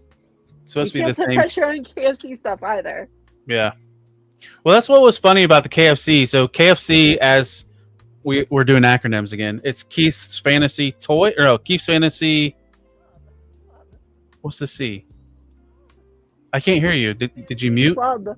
Oh, Club. There you go. So Keith runs both of them, and supposedly X Transbot's supposed to be their lower end, and KFC is supposed to be the higher end. That's what I've heard. I don't know if that's true. I don't know either. Yeah. So, anyways, I think we've railed on X Transbots enough. I'll have to find that video and show it next week, or send it to you, Anna, just so you can kind of see just how bad it is. But so yeah. So next up is Toy Easy. Toy Easy? Yeah, Toy Easy. So most of the stuff that's been coming out from Toy Easy have been like Chinese battleships, warships. This one is like a howitzer. There was no images of the alt mode, but you can see it's like a howitzer, and it looks a lot like Megatron. It does. I wonder if they'll do like some things have done, and they'll sneak in a Megatron head. Yeah. Because like some places have been like, we're totally not making Transformer stuff, and then they're just like sneak. Yeah. Like Studio Cell when they shipped it without its head, but the head was in a separate box. Yeah. But yeah, I don't know a whole lot about this company. I've really paid any attention to reviews or handled any of this stuff because typically I don't buy non-inspired Transformers transforming toys. Yeah. But oh, guess what? We're going back to X Transbots. I should have put it together, but so they showed test shots of their Slug Slinger head sculpt. So this is toy and tune accurate heads. One thing I have noticed with X Transbots lately, they are being very emotive with some of their faces. Typically, you just get that stoic, boring face. Now we're getting snarky little smirks and teeth. Teeth, Anna. This is G2 stuff and Slug Slinger. Yeah, we're getting G2E. Yeah. I just like we'll have to talk about this sometimes, but like I feel like buying an XTB figure, buying an X Transbots figure, is like buying a figure that you know you're going to replace later.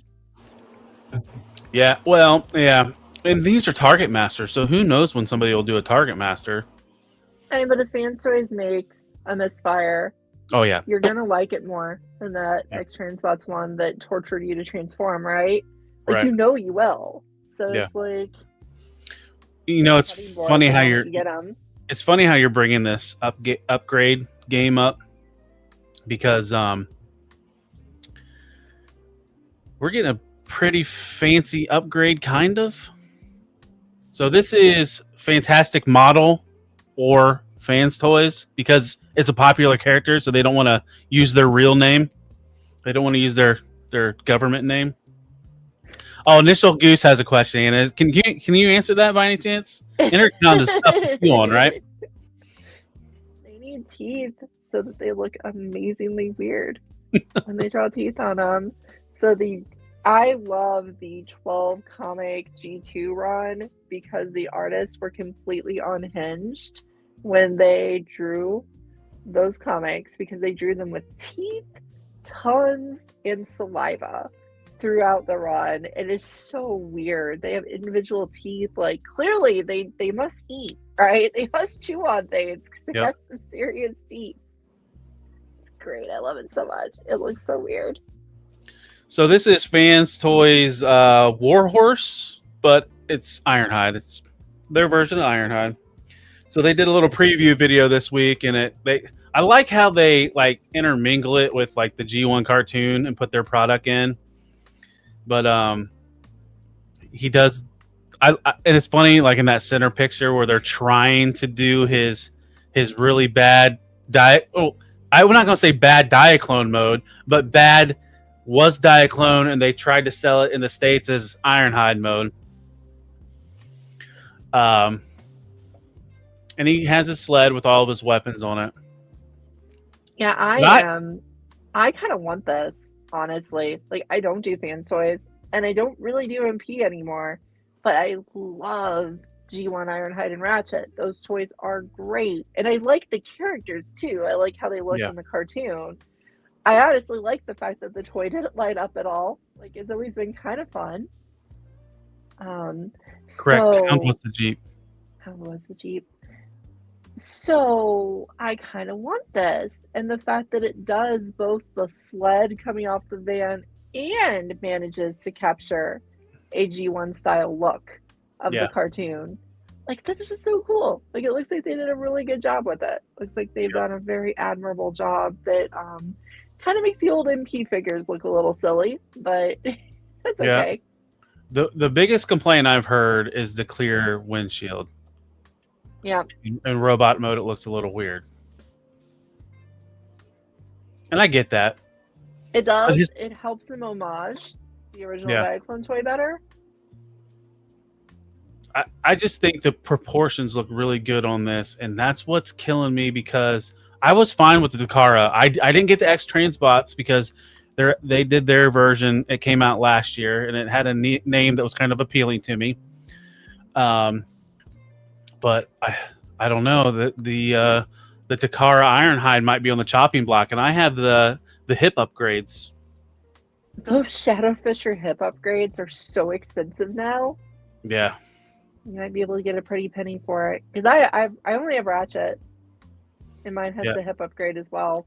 And I'm in the same boat with toy. And I'm in the same boat with you. I really enjoy the Ratchet and Hound. Now, Initial Goose has me saying Hound. The Ironhide, like the look, just that big Toyota van. Yeah. The big little van.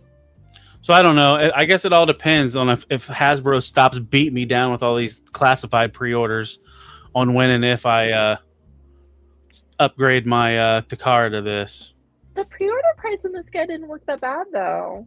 No, I think it's like 150, 160. Yeah, that's not terrible. For fans toys, yeah. If Takara made this, it might hit 250, right? Like that's seriously the Takara pricing model these days. So yeah, and it looks like he's real cool. It looks like he's a hefty boy. I mean, they usually use a decent amount of die cast, so. I have never really enjoyed a Fan Toys toy, though, honestly. Like, I still have Rouge. I still have the RC that they made, and I really don't enjoy playing with her. I do really, after like looking at him more, I really do like the look on the Soundwave. Like, I do. But even picking him up, it's like, why is this thing 15 pounds? Yeah. Like, why is there so much metal in this thing? You should try handling the Ultra Magnus. Oh, I bet. I'll need both hands. Pick him up. That's probably one of my figures of the year. I got that early in the year, and anytime we do a list, that one always comes up, because like I had the Takara, I had the Toy House Factory Takara version. Oh, this is the end of the slideshow, by the way. But I had, and he looked just so chunky. And then Fans Toy, or then X Transbots came out with theirs. It was a little slender, but still chunky, and I was kind of tempted. And then, as Fans Toys do, they bot blocked X Transbots, revealed their Ultra Magnus, and he was chunky, but he still had a more heroic, slimmer proportions. And I was in. And this was in my early YouTube, like, making content, I did a comparison between those two, and I was like, wow, there's a big difference between those two bots, and I really like what Fans Toys did. And thanks for joining, Initial Goose. Take care. Fans Toys always hits the look like pretty much perfectly, right? And they've been doing it for years. Like, if I had their Coot, I had their Cup that they made years ago, and he still hits the look perfectly. He just, like, I will always criticize Fans Toys for being very complicated toys. Yeah. If you follow the instructions and you're careful, they're not going to be as problematic as like X Transbots. but they are still very complicated figures. And they're just beyond what I enjoy. Like they're just the complexity just is too much for me to really like it. I will say against that, try out some of the Decepticon headmasters. Those actually were more simplistic for what Fans Toys usually does. They look more simplistic, actually. Like when I've seen them, they look more simplistic. Maybe I can play with them at TFCon next month. Yeah, that's a possibility. That's a cool thing at TFCon that I think we should definitely talk about TFCon more in the next couple weeks since it's coming in just a month. But a really cool thing is the different vendors will let you. They usually make big display cabinets, and then if you go up and you ask, can I check out so and so, they'll take it out of the cabinet and they'll watch you to make sure you don't like steal it or eat it or anything. Right. But they'll actually let you play with it so you can handle these things. Because for a lot of people, their first TFCon is their first time really getting to handle third-party product. It was mine. So it's a really cool feature of the cons if you're into that. I haven't used it in a long time because I have so much stuff now. But Right. But you're still unpacking, right? I'm unpacked but not arranged. Like everything's out, but it's just kind of like everywhere. So we're waiting for those updated photos on Instagram. I know, I've got a background at least, so No pressure. it'll happen eventually. But today I got up my cassettes at least, right? I had all my cassettes packed. I even put together the KFC. Oh, KFC Slam Dance. Twofer. Yeah. It looks so awkward. So awkward, right? Especially when, Dr. Wu has now you can make this and it's stable, it looks nice, and that was my first Dr. Wu figure. Barely stand up. That's what he says. And his feet just look like they're so flat. They're so funny. They're so funny feet. They're like big slabs. But here's the thing: Takara's never going to do this, so they're never going to get. No, they did do it. Years. Takara did it, or Hasbro did it. One? No, remember that 2-pack with G2 Sideswipe? That Was, flywheels repaint? Yeah, that was the other. Yeah. This is this isn't Slam Dance. This is Beast Box. Oh, I thought Slam Dance was the red and blue Autobot one. This is Beast Box and Slam Dance colors. Okay. Sorry, I confused you with that. Yeah. Oh, look! This is the actual color scheme. Hold on.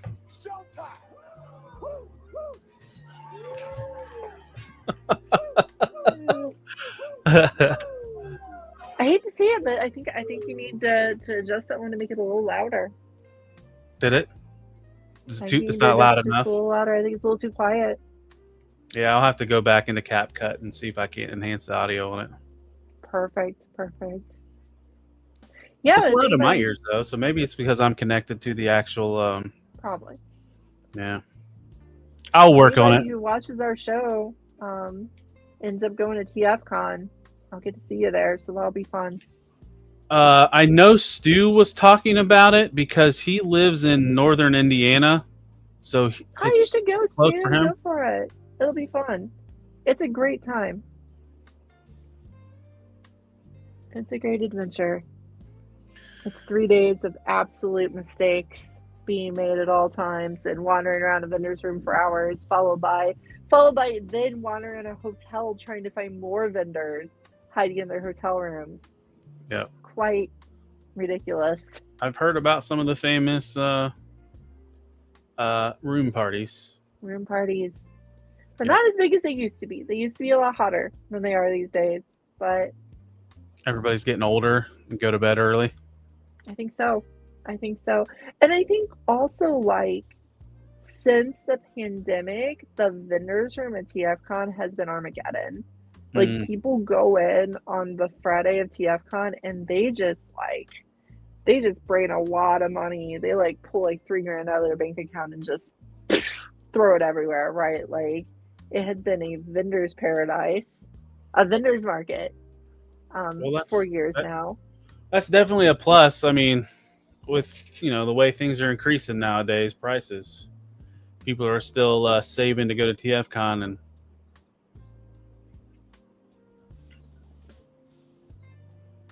and see, he is trying to get there on Sunday. All right, cool. Sunday's better than nothing. At least you get to see one day of it. Then the next time it comes around, you'll want to go to the whole one. Right. You'll be like, why did I miss Friday and Saturday? Dang it. And typically, Chicago's one of the areas that they rotate to. So Yes.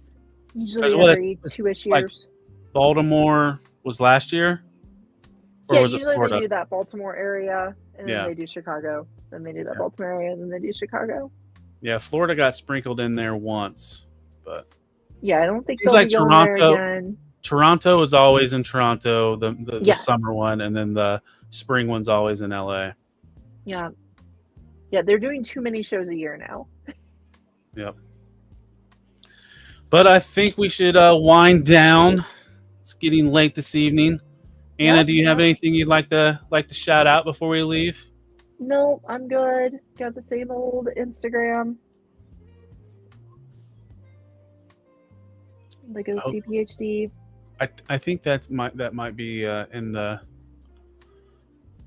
Probably. That's all good. whatchamacallit.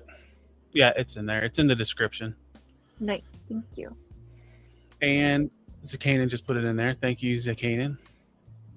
Well, I guess I have a few things that I talk about, so let me get it off here real fast. So check me out on my channel at Talib1980_collects.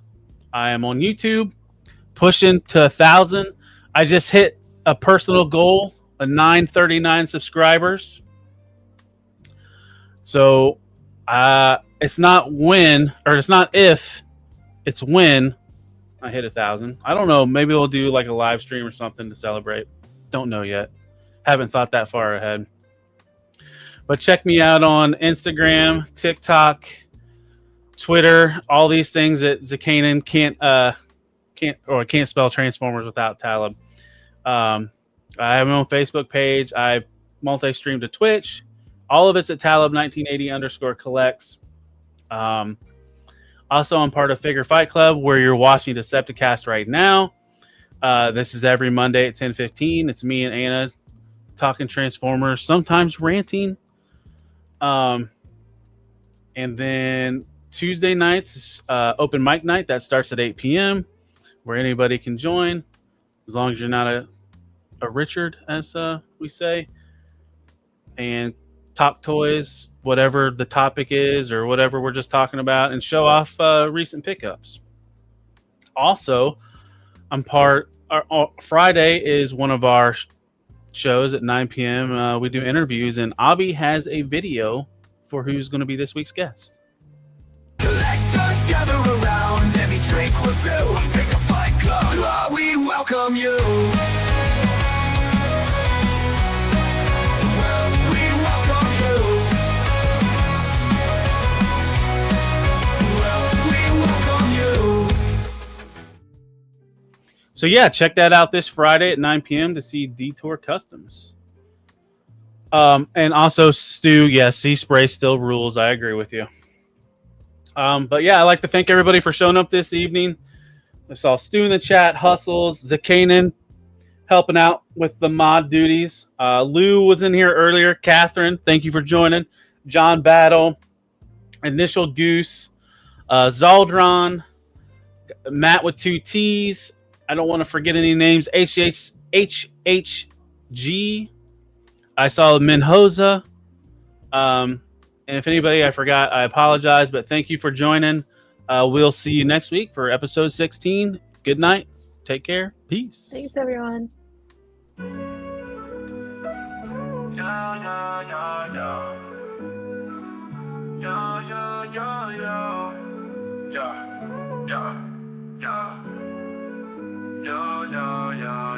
As we wrap up tonight's fun, the figures in talk, so we've just begun. Join us next time for thrills anew. In the world of Figure Fight Club, it's all for you. Make sure to subscribe and smash that like button. See you next week on Figure Fight Club, stay strutting. This isn't goodbye, it's just to see you later. In the meantime, go check out out another creator. So keep your figures on display until we gather here someday. Remember the tales and the laughs we shared here at Figure Fight Club, your treasured and cared.